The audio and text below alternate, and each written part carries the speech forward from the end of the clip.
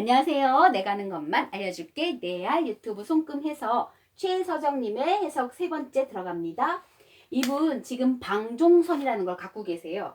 우리 주 교재 동학세에서 나온 교재에서는 방종선을 말할 때 여기 손목 아래서부터 올라와서 활처럼 휘어서 다리 언덕처럼 휘어지는 것 이렇게 얘기하는데, 다른 교재에서는 제가 갖고 있는 책에서는 요거 그냥 월구 다리 언덕 밑에서 생명선 쪽으로 가로지르는 선, 요선도 방종선으로 얘기해요. 방종선은 무슨 뜻이냐면 말 그대로 자유 분방하다라는 뜻이, 자유 좀 지나치다는 뜻이죠. 그래서 아예 별칭도 뭐야? 자유인의 손금이라는 별칭이 붙어 있는 거예요. 그래서 자기가 하고 싶은 거를 하는 성격이라고 생각하시면 되고요. 이 사람의 특징은 밤샘 작업을 그냥 너무 잘해.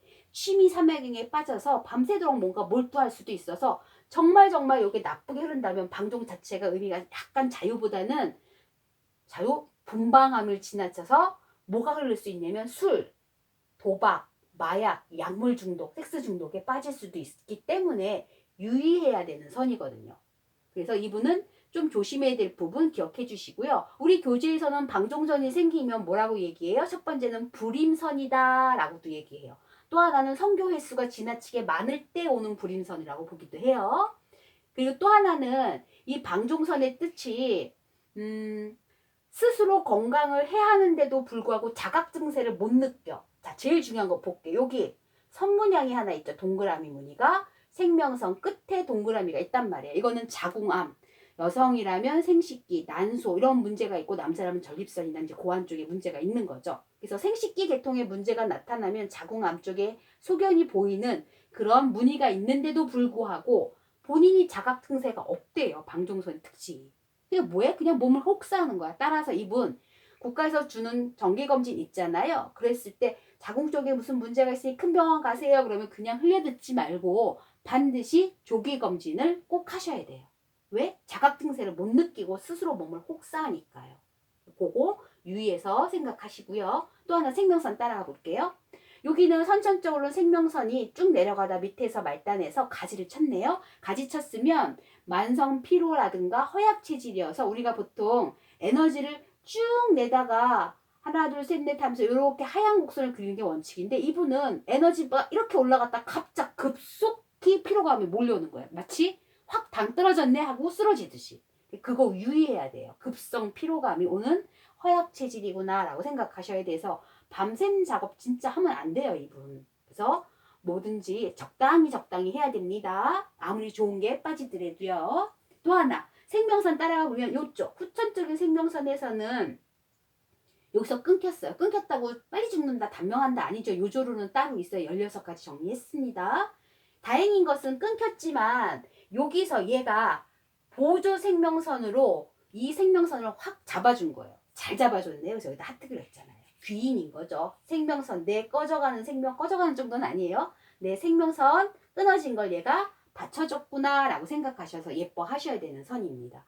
또 하나는 건강선이 지금 보여요. 자, 건강선이 지금 이쪽에도 이렇게 있고요. 즉 새끼손가락 밑둥에서부터 쭉 내려온 선이 여기까지 왔고요. 선천적으로도 이렇게 하나가 있어요. 이 건강선은 나타나면 안 되는 거예요. 이게 없으면 다행인 건데, 이게 나타났어? 이게 생겼어? 그러면 뭘 유의해야 되냐면, 첫 번째는 불면증이 와요.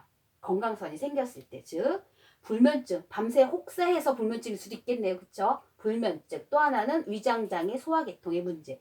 그리고 세 번째는 변비 문제가 오는 게 이 건강선이 나타났을 때의 특징이에요. 따라서 이 선이 나타나면 내가 지금 건강에 문제가 왔구나, 손금이 신호를 하고 있구나 라고 생각하셔야 되는데, 이분 양쪽에 다 건강선이 떴으니까 건강 유의하셔야 됩니다. 또 하나 마지막으로 손의 모양을 한번 볼 건데요. 우리가 손금을 배우는 중이어서 금에만 열중하는데 사실은 그렇지 않고요. 금을 보는 거는 키로망시라고 해서 다른 형태의 손금 보는 학파고요. 다른 학파는 손의 모양, 두툼한 정도, 휜 정도 이런 거 갖고 손의 형태를 보는 키로놈이라는 방법이 있어요. 그래서 휘어진 정도가 약간 눈에 띄게 이쪽이 가운데 손가락을 향해서 이렇게 휘어 있단 말이에요. 이 사람의 특징 한번 볼게요. 우리가 보통 형제 자매에 문제가 생기면 당연히 도와야죠. 남편의 문제가 생겼어? 그럼 내 돈을 좀 써야죠. 당연한 건데, 이렇게 휘어져 있는 사람의 특징은 완전 내가 도와줄 의미가 전혀 없어. 완전 제3자야. 그런데 그런 사람들이 찾아와서 손을 내밀어 도와달라고 손을 벌린단 말이야. 그러면 하고 또 생각해보니까 안 도와주면 안 될 것 같은 거예요. 도와주지 않으면 안 되는 상황이 또 생겨. 그러니까 그런 상황에 직면해서 남의 뒤치다꺼리를 하는 그런 선이에요. 그래서 물론 측은지심으로 남을 돕는 건 당연한 거예요. 인간이 같이 살아가야 되니까. 하지만 그게 너무 지나치면 안 되기 때문에 혹시라도 내가 너무 지나치게 남을 뒤치다꺼리만 했나 라고 조금 생각을 해보실 필요는 있을 것 같아서 이렇게 4가지 정도 정리해봤습니다. 그리고 이분 뭐가 있다고 그랬죠? 네, 왼손에 이게 제가 이렇게 확대해봤거든요, 사진을. 근데 흉터 같이 보여요. 여기도 있어요. 이게 점이라면 문제가 있고 특히 검은 반점이라는 문제가 있어서 최서정님은 요거가 흉터인지 요즘에 나타난 흉터인지 아니면 이게 흉터인데 사라지지 않고 아무리 약을 발라도 사라지지 않고 계속 점의 형태로 남아있어요 라고 생각되시면 저에게 꼭 채팅을 주셔야 돼요. 저한테 말 걸어주세요. 그럼 요 점의 의미 2가지 해석해서 알려드릴게요. 이상으로 최서정님의 손금 해석 마치겠습니다. 구독해주신 모든 분들 고맙습니다. 제자분들 열심히 열공하고 계시죠? 네, 열심히 열공해서 수료증 꼭 따세요.